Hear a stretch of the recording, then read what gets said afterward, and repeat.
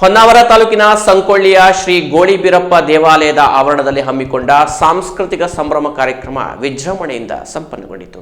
ಸರ್ಕಾರಿ ಹಿರಿಯ ಪ್ರಾಥಮಿಕ ಶಾಲೆ ಸಂಕೊಳ್ಳಿಯ ಶಾಲಾಭಿಮಾನಿಗಳು, ಪೂರ್ವ ವಿದ್ಯಾರ್ಥಿಗಳು ಹಾಗೂ ಊರ ನಾಗರಿಕರ ಸಹಕಾರದಲ್ಲಿ ಹಮ್ಮಿಕೊಂಡ ಸಾಂಸ್ಕೃತಿಕ ಸಂಭ್ರಮ ಕಾರ್ಯಕ್ರಮವನ್ನು ಹಳದಿಪುರದ RES ಹೈಸ್ಕೂಲಿನ ನಿವೃತ್ತ ಗಣಿತ ಶಿಕ್ಷಕರಾದ HN ಪೈ ಅವರು ಉದ್ಘಾಟಿಸಿ ಮಾತನಾಡಿದರು. ಗಣಿತದಲ್ಲಿ ಸಮಾನಾಂತರ ಶ್ರೇಣಿ ಎಂಬ ಸೂತ್ರ ಹುಟ್ಟಿಕೊಂಡ ಹಿನ್ನೆಲೆಯನ್ನು ವಿವರಿಸುತ್ತಾ ಎಳವೆಯಲ್ಲಿಯೇ ವಿದ್ಯಾರ್ಥಿಗಳ ಸೃಜನಶೀಲತೆಯ ಗುಣವನ್ನು ಗುರುತಿಸಿ ಬೆಳೆಸುವ ಮೂಲಕ ವಿದ್ಯಾವಂತರನ್ನಾಗಿ ರೂಪಿಸುವ ಮಹತ್ತರ ಜವಾಬ್ದಾರಿ ಪಾಲಕರು ಮತ್ತು ಶಿಕ್ಷಕರ ಮೇಲಿದೆ ಎಂದರು. ಗಣಿತದಲ್ಲಿ ಕಾರ್ಲ್ ಗೌಸ್ ಹೇಳುವಂತವರು ಅಪ್ರತಿಮ ಗಣಿತಜ್ಞರು. ಜಗತ್ತಿನ 3 ಪ್ರಮುಖ ಗಣಿತಜ್ಞರಲ್ಲಿ ಅವರೊಬ್ಬರು ಅಂತ ಖ್ಯಾತಿಯನ್ನು ಪಡೆದಿದ್ದಾರೆ ಕಾರ್ಲ್ ಗೌಸ್. ಇಂತಹದ್ದೇ ಒಂದು ಶಾಲೆಯಲ್ಲಿ, ಜರ್ಮನಿಯಲ್ಲಿ ಒಂದು ಪುಟ್ಟ ಹಳ್ಳಿಯಲ್ಲಿ ಅವರು ಗಣಿತವನ್ನು ಕಲಿತಾ ಇರಬೇಕಾಗಿದ್ದರೆ ಅಲ್ಲಿಯ ಶಿಕ್ಷಕರಿಗೆ, ಏಕೋಪಾಧ್ಯಾಯ ಶಾಲೆಯ ಶಿಕ್ಷಕರಾಗಿದ್ದರವರು, ಅವರಿಗೆ ಆ ಶಿಕ್ಷಕರಿಗೆ ಒಂದು ಕೆಲಸ ಬಂತು BO ಆಫೀಸ್ನಿಂದ, ತಕ್ಷಣ ಮಾಹಿತಿಯನ್ನು ಮುಟ್ಟಿಸುವಂತಹದ್ದು. ಆಗ ಅವ್ರು ಏನು ಮಾಡಿದ್ರು, 1 ರಿಂದ 10ರವರೆಗಿನ ಸಂಖ್ಯೆಗಳನ್ನು ಕೂಡಿಸಿ ಅಂತ ಮಕ್ಕಳಿಗೆ ಒಂದು ಕೆಲಸ ಕೊಟ್ಟು ಆ ಕೆಲಸವನ್ನ ಮಾಡಲಿಕ್ಕೆ ಕುಳಿತುಕೊಂಡ್ರು. ಆಫೀಸ್ ಕೆಲಸ ತಕ್ಷಣ ಮುಟ್ಟಿಸ್ಬೇಕಲ್ಲ. ಆಗ ಒಬ್ಬ ವಿದ್ಯಾರ್ಥಿ ಪಟ್ನೆ ಓಡಿ ಬಂದ, ಸರ್ ಅದರ ಮೊತ್ತ 55 ಆಗ್ತದೆ ಅಂತ ಹೇಳ್ದ. ಸಂಖ್ಯೆನೇ ಬರ್ಕೊಳ್ಳಿಲ್ಲ ಅವನು, ಅದರ ಮೊತ್ತ 55 ಆಗ್ತದೆ ಅಂತ ಹೇಳ್ದ. ಕೆಲವು ಸಂಖ್ಯೆಗಳನ್ನು ಕೊಟ್ಟಿರೋದ್ರಿಂದ ನೀವು ಕೂಡಿಸಿರ್ಬೇಕು ಅಂತ ಆ ಶಿಕ್ಷಕರು, ಹೋಗು 20ರವರೆಗೆ ಸಂಖ್ಯೆಗಳನ್ನು ಬರೆದು ಕೂಡಿಸು ಅಂದ್ರು. ಅವನು ವಾಪಸ್ ಹೋಗಲೇ ಇಲ್ಲ.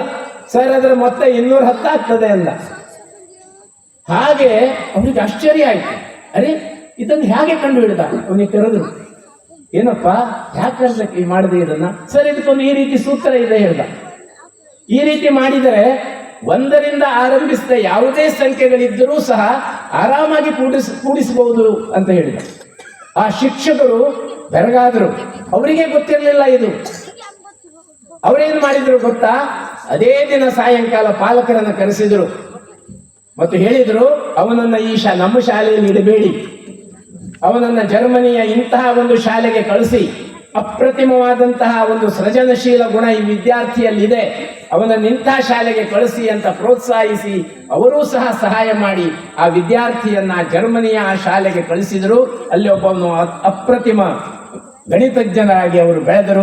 ಮುಖ್ಯ ಅತಿಥಿಯಾಗಿ ಪಾಲ್ಗೊಂಡ ಹಳದಿಪುರ ಪಂಚಾಯತ್ ಸದಸ್ಯರಾದ ಗೋವಿಂದ್ ಜೋಶಿ ಅವರು ಮಾತನಾಡಿ, ಸಂಕೊಳ್ಳಿ ಎಂಬುದು ಸಣ್ಣ ಹಳ್ಳಿಯಲ್ಲ, ದೇಶಕ್ಕೆ ಯೋಧರನ್ನು ಕೊಟ್ಟ ಶೌರ್ಯ ಭೂಮಿ, ಸೇವೆಯ ಮಹತ್ವವನ್ನರಿತ ಸ್ವಯಂ ಸೇವಕರನ್ನ ಹೊಂದಿರುವ ಧನ್ಯ ಭೂಮಿ, ಅದೆಷ್ಟೋ ಕೃಷಿ ಋಷಿಗಳ ಶ್ರಮವರಿತ ಕರ್ಮಭೂಮಿ, ನಿರೂಪಕರನ್ನು, ಶಿಕ್ಷಕರನ್ನು ಹೊಂದಿರುವ ಜೊತೆಗೆ ಸರ್ವ ಸಮಾಜದ ಸಾಮರಸ್ಯದ ರಸಪಾಕವನ್ನು ಉಣಿಸುತ್ತಿರುವ ಸಂಸ್ಕಾರಯುತ ಶೈಕ್ಷಣಿಕ ಭೂಮಿ, ಕಲಿತ ಶಾಲೆಯ ಋಣವನ್ನ ತೀರಿಸಲು ಎಲ್ಲರೂ ಸಂಕಲ್ಪಬದ್ಧರಾಗೋಣ ಎಂದರು. ಹಳದಿಪುರ ಗ್ರಾಮ ಪಂಚಾಯತ್ ಅಧ್ಯಕ್ಷರಾದ ಪುಷ್ಪಾ ನಾಯ್ಕ್ ಅವರು ಕಾರ್ಯಕ್ರಮದ ಅಧ್ಯಕ್ಷತೆ ವಹಿಸಿ ಮಾತನಾಡಿದರು. ಶಾಲೆಯ ಅಭಿವೃದ್ಧಿಗೆ ಪಂಚಾಯತ್ನ ಸಹಕಾರ ಯಾವತ್ತೂ ಇರಲಿದೆ ಎಂದು ಭರವಸೆ ನೀಡಿದರು. ನಿಜವಾಗ್ಲೂ ಈ ಒಂದು ಕಾರ್ಯಕ್ರಮ ಸಂಕೊಳ್ಳಿ ಗ್ರಾಮದಲ್ಲಿ ನಡೀತಾ ಇರೋದು ನಿಜಕ್ಕೂ ಒಂದು ಹೆಮ್ಮೆಯ ಒಂದು ವಿಷಯ.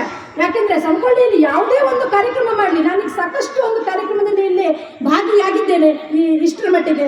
ಅಲ್ಲಿ ಯಾವುದೇ ಒಂದು ಕಾರ್ಯಕ್ರಮ ಮಾಡಿದ್ರು ಕೂಡ ಅದು ಯಶಸ್ವಿಯಾಗಿ ನಡೆಯುತ್ತೆ. ಯಾಕೆಂದ್ರೆ ಈಗ ಯಶಸ್ವಿ ಆಗ್ಲಿಕ್ಕೆ ಕಾರಣ ಏನು? ಇಲ್ಲಿಯ ಒಂದು ಗ್ರಾಮಸ್ಥರು ಹಾಗೂ ಒಂದು ನಮ್ಮ ಗ್ರಾಮ ದೇವತೆಯ ಒಂದು ಆಶೀರ್ವಾದ ಅಂತಾನೆ ಹೇಳ್ಬೋದು. ಯಾವುದೇ ಕಾರ್ಯಕ್ರಮ ಮಾಡಲಿ ಅದನ್ನ ಯಶಸ್ವಿಯಾಗಿ ಮಾಡ್ತಾರೆ ಅನ್ನೋದು ಈ ಒಂದು ಊರಿನ ಒಂದು ಹೆಮ್ಮೆ ತರಕಂತ ಒಂದು ವಿಷಯ ಅಂತಾನೆ ಹೇಳ್ಬಹುದು. ಕಾರ್ಯಕ್ರಮದಲ್ಲಿ ಪಂಚಾಯತ್ ಉಪಾಧ್ಯಕ್ಷರಾದ ಅಜಿತ್ ನಾಯ್ಕ್, DIEPRN ಹಳದಿಪುರ, RES ಪ್ರೌಢಶಾಲೆಯ ಮುಖ್ಯಾಧ್ಯಾಪಕ ಸೋಮೇಶ್ವರ್ ಪೂಜಾರ್, ಸೀತಾ ಭಟ್, ಪಂಚಾಯತ್ ಸದಸ್ಯರಾದ ಮಹೇಶ್ ನಾಯ್ಕ್, ಶಾಲಾ ಅಭಿವೃದ್ಧಿ ಸಮಿತಿ ಅಧ್ಯಕ್ಷರಾದ ತುಳಸುಗೌಡ, ಊರಿನ ಪ್ರಮುಖರಾದ ರಾಮಕೃಷ್ಣ ಭಟ್, DM ನಾಯ್ಕ್, GK ಭಟ್, ಶಾಲಾ ಮುಖ್ಯಾಧ್ಯಾಪಕಿ ಸವಿತಾ ಭಟ್ ವೇದಿಕೆಯಲ್ಲಿದ್ದರು. ಶಿಕ್ಷಕ ಗಣೇಶ್ ಜೋಶಿ ನಿರೂಪಿಸಿದರು. ಶಿಕ್ಷಕಿ ಯಮುನಾ ನಾಯ್ಕ್ ವಂದಿಸಿದರು.